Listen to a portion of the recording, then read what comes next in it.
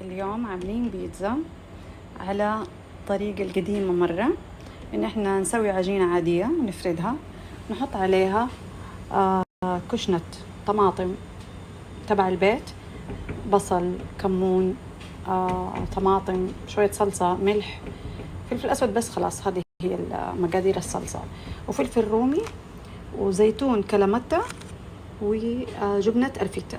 هذه مقادير البيتزا اللي أنا كنت أكلها وأنا صغيرة، فما كنا نعملها بالجبنة الشيدر، أحيانا أمي كانت تعمل لنا إياها الله يرحمها بالجبنة الفيتا اللي هي الجبنة الهنغاري.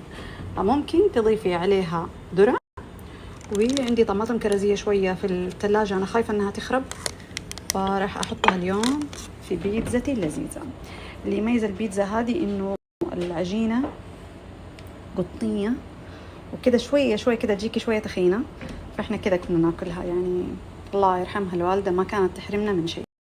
وخلصنا البيتزا، حطيت عليها الصلصة والجبنة والزيتون والطماطم والذرة وكل شيء، بس زدت عليها شوية بهارات إيطالية، رشت عليها شوية فلفل أسود، وحطوها على الثلاجة أو حتروح على الفرن بحرارة، دحين حرارة الفرن عندي 180 لحد ما تتحمر من تحت، وما راح أحمرها من فوق.